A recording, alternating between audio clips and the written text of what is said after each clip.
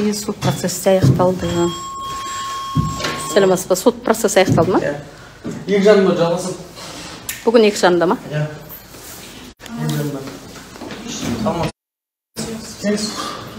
Осы процесс жалғаса ма сонда? Иә.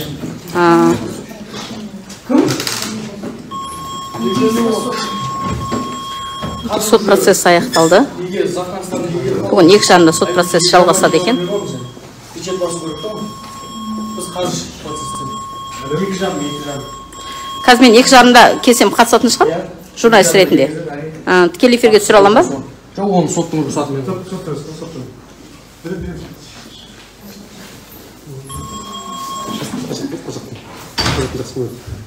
Мінекей.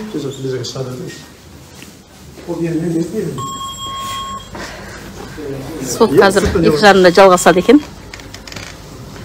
Сағат 2:30-да сот процесі жалғасады екен. 2:30-ға келетін болдым мен.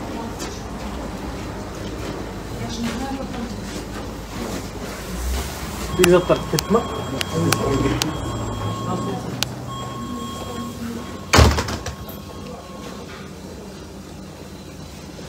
Жаңа мектеп директорлері ғой тарқасып атқан.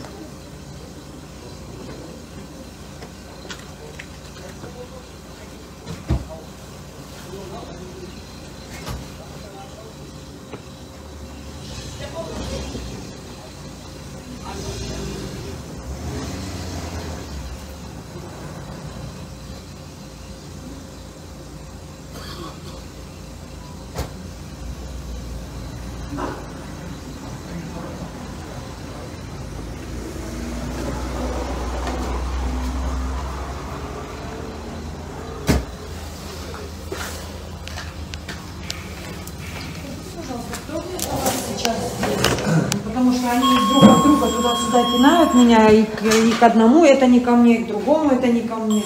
Скажите, пожалуйста, кто вместо вас, кто мне даст этот исполнительный лист? А, это кто был? Это вот Дара. Сейчас вот Жиробекова.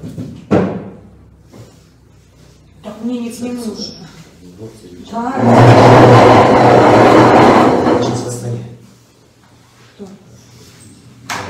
Диана в декретном отпуске, я знаю. Вот если не За рассказываю. место не сидишь. Да. Чего же не говорите? Я уже не знал уже. Телефон запишите и позвоните. От 702. А он когда ушел? Отсюда ушел? Да, отсюда. Ну, я же его не знаю, я поэтому его и спрашиваю. Я же всех людей не знаю.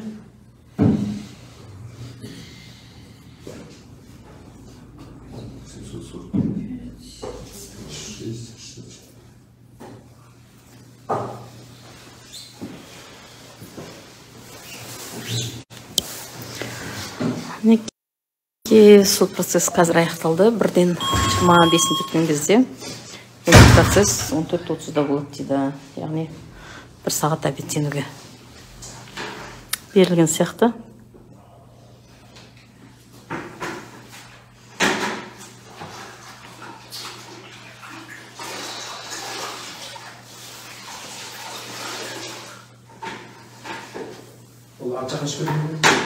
Арт жақпен шығады дейсіз ба? Жаңа экс-басшы мен қасында 2 директор шықпай тұр ғой олар. Соны сұхбат алайын дегенім. Арт жағына не үшін арт жағына шығады ғой? Жаңа процесстегі директорлер шықты ма? Жоқ, бәрі шыққан жоқ қой. Аманова, сосын анау кім? Или олар шықпай отыра бере ма? Міне, мен тікелей эфиріме көрінгісі жоқ ғой деймін. Түрлерін көрсеткісі жоқ па? Басқалардың бәрі шығып кетті, свидетельдер, адвокаттар шығып кетті. Ол екеуі жоқ, үшеуі. Запасной қолданбайынша негізі? Запасной ход па? Не үшін запасной қолдану керек?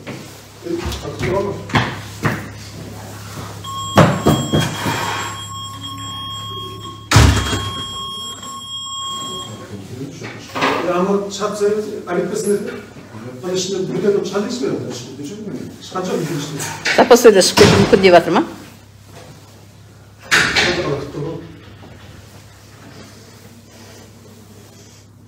Не басқа қапқан жағына барады. Ортадан шайын деп отқан шығар.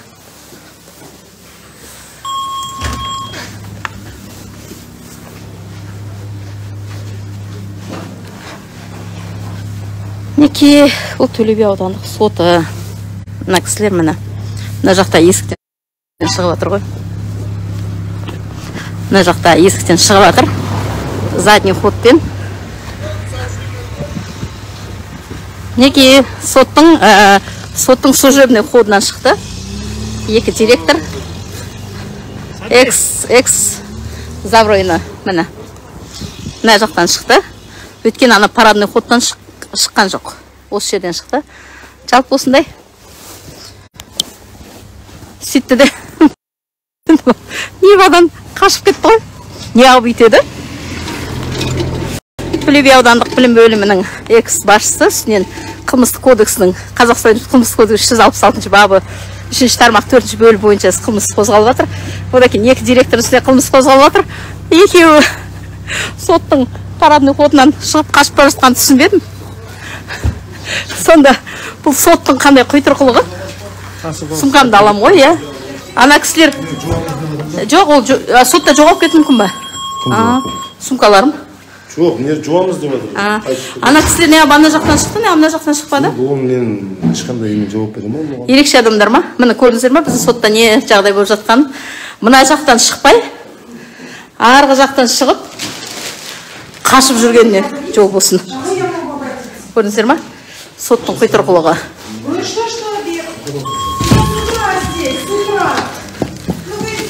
Соттың арқа жағында есіктен шығып кетіп жатыр ғой. Сіз не қыламыз? Енді келесіз ба? Екі шамда? Тікелей эфир жүргізейік. Жалпы мен онда бет жаққа барып келейін. Екі шамда осы жерде жолығайық. Аха, все. Мінекей мен таң алудан қалмайтын болмы Төле би аудандық сотынан. Запасный ход шығару болмайды негізі. Вот сіз көрдіңіз ғой өзіңіз, дұрыс па? Судьямен сөйлесіліп негізі. Жоқ, көрдіңіз ба? Ол яғни конвоймен алып шығатын жер негізі. Может, конвоймен шығарған шығар оны? Жоқ, конвой болған жоқ қой, үй қамақта жүр олар. Үй қамақта жүр ма? Көрдіңіздер ба? Анау кәдімгі жұрт, жай жұрт, қарапайым жұрт сотқа келген, сотталушыға шығатын жерден шықпай, арнайы мына жерден шығарылды ғой. Көрдіңіздер ма? Қандай жағдай бәрі жасалып жатыр, дұрыс па? Мінекей мына жерден шығарылды. Мына жерден шығарылды. Мен түсіріп тұрғанды олар білді. Бірақ мына жерден шығарылды. Негізі мына жер несі жоқ, құлтаулы тұр, дұрыс па? Ашып көріңізші, қарапайым адам кіре ала ма ол жаққа? Ашық тұр ма? Мына жерден шықты ғой, осы жерден шығып отыр ғой. Енді арнайы осы жерден шығарып отыр ғой. Мінекей көрдіңіздер ма? Аха, жақсы. Екі жағында сот процесі болады. Көрдіңіздер ма? Қай жақпен шыққан? Ана жақтан шықпай. Ана жақтан шықпай, мына жерден.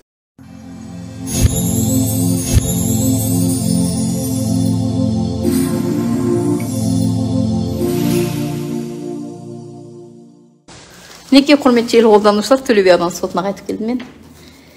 Тікелей эфирді бастап жатырмын. Так, қазір сот процесі екі жарымға қалды деді. Сот процесіне кірейін деп жатырмын. Қазір удостоверениемді тауып алайын. Оны ізделмей жатыр.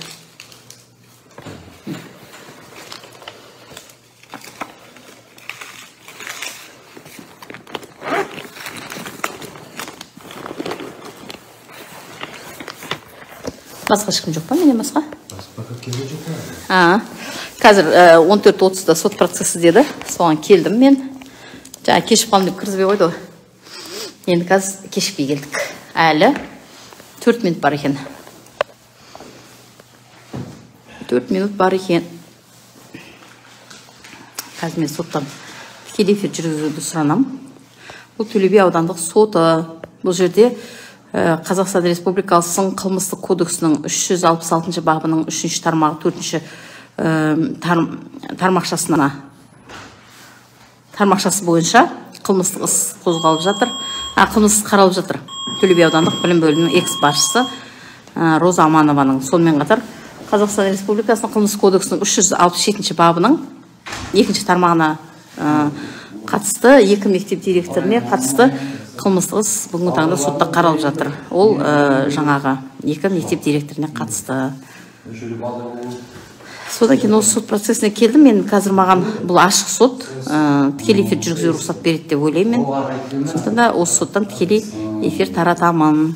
Бұл Төле би аудандық соты. Шапка киіп алған бой бүгін күн суық болған екен.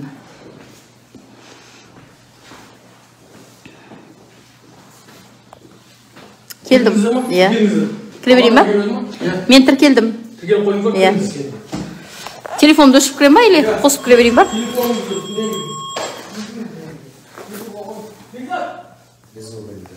Без звука ма? Мінекей мен қазір мына жаққа кіремін. Екі жақыраныңыз қайда? Бетке. Сәбет ішпес па? Сәбет ішпес па? Жоқ, мен ол кесінді. Мінекей қазір кіреміз. Соттан ходатайство жасаймын тікелей эфир жүргізу бойынша. Сондықтан да сіздерді қимай эфирді өшіремін. Мен қазір Төле би аудандық сотындамын. Бұл жерде жаңа айтқандай Төле би аудандық адами әлеуетінің экс-басшысы Роза Амановаға қатысты қылмыстық кодексінің 366 бабы 4 бөлігі 3 бөлігі 4 тармағы, одан кейін Құлтаева Есімбаеваға қатысты қылмыстық кодексінің 367 бабы 2 бөлігі бойынша қылмыстық іс қаралады. Сағат 14:30-да деген еді, 14:28 болды, 2 минут қалды. Мен тіркеңіз ғой, Иә, кіріңіз. Кірем. Кіргенде кесін алынады. Тікелей эфир үзгім демей отырмын ғой, қимай тұрмын ғой тікелей эфирінде.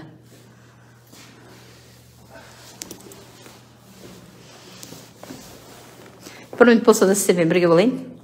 Гүлайым ханым, қалайсыз? Жағдайыңыз қалай?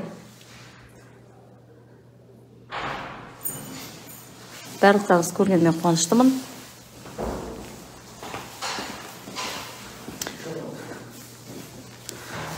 Хатшы жүр, бәрін телефонмен шақырып отыр. Не істеп отырсыз? Мен өзім кіре берем ба? Все. Кетіп жатырмын. Жай кешігіп жатыр ма? Білмеймін, фильм жоқ па? Жоқ па? Жоқ қой жаңағылар.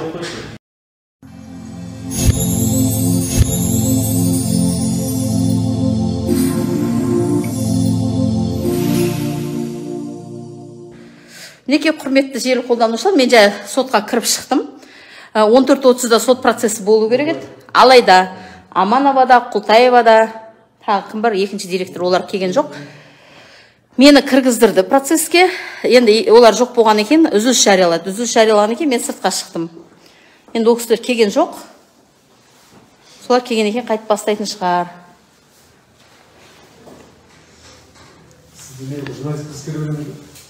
Тыңдаушы ретінде сұранып көріңіз. Тыңдаушы ретінде мүмкін болатын шығар.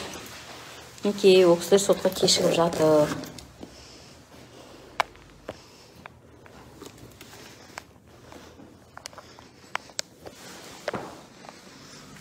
Сот 14:30-да басталу керек, қазір 14:33 минут өтті. Ол кісілер кешігіп жатқан екен, үзіліс жариялады.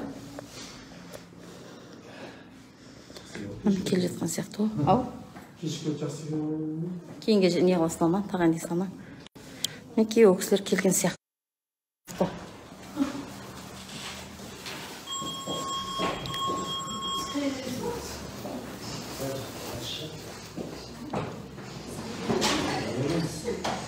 Ұзақ кешкен жоқ.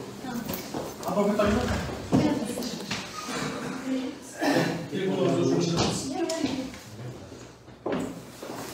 Енді кіре берейін ба? Адвокаттарыңыз қайда? Неке, кешіп келді. Адвокаттар әлі келмеген. Мен ары қарай ішке кірейін деп жатырмын. Іштен рұқсат бере ма, бермей ма?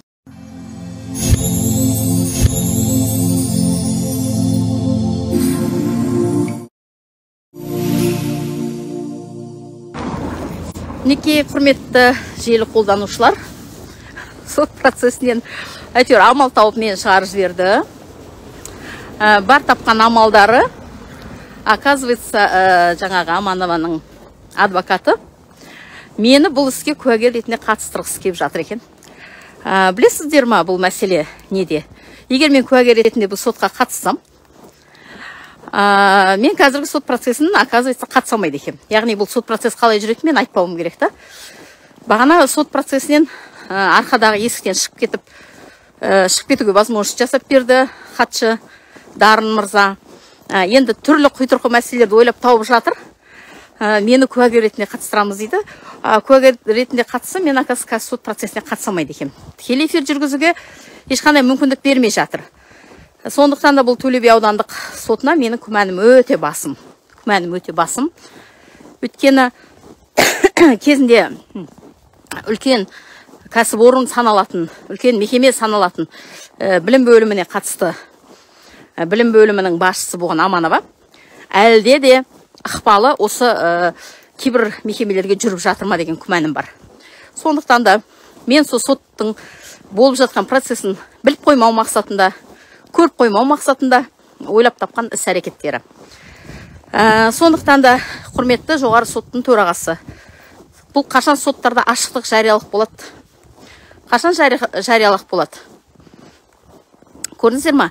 Біздің Төле би аудандық сотында менің бұл процеске қатысып, процестің қалай жүріп жатқанын біліп қоймауым үшін барлық әрекеттер жасалып жатыр. Судья Жорабеков Нұрмахан Әлмаханұлы. Осы судьяға қатысты менде біраз ақпараттар бар.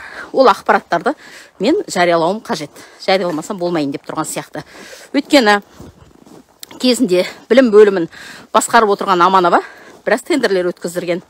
Сол тендерлер өткізген кезде бір қызықты жайттар болған. Яғни енді мен куәгер ретінде қатысатын болсам, сол қызықты жайттың бәрін жариялап, судьяның осы істі қарауға ешқандай құқығы жоқ екенін мен дәлелдеп беремін. Сондықтан да мінекей құпия сот. Мен журналист ретінде, өте кәсіби мықты журналист ретінде қатыссам, соттың қалай жүріп жатқанын біліп сіздерге айтып қоям ғой. Сондықтан да не то, что прямой эфир жүргізу. Сотқа мені қатыстырудың өзіне бұлар түрлі құйтырқы әрекеттер жасап, мені қазір соттан шығарып тастауға, менің журналистік жұмысыма кедергі жасап отыр. Көрдіңіздер ма? Ал енді сот қазір не қарайды? Қалай қарайды? Аудио, видео жазба мен аламайды екем соттан. Көрдіңіздер ма? Ашық жариялы сот бізде. Біздің Төле би ауданында ашық жариялы сот болып жатыр.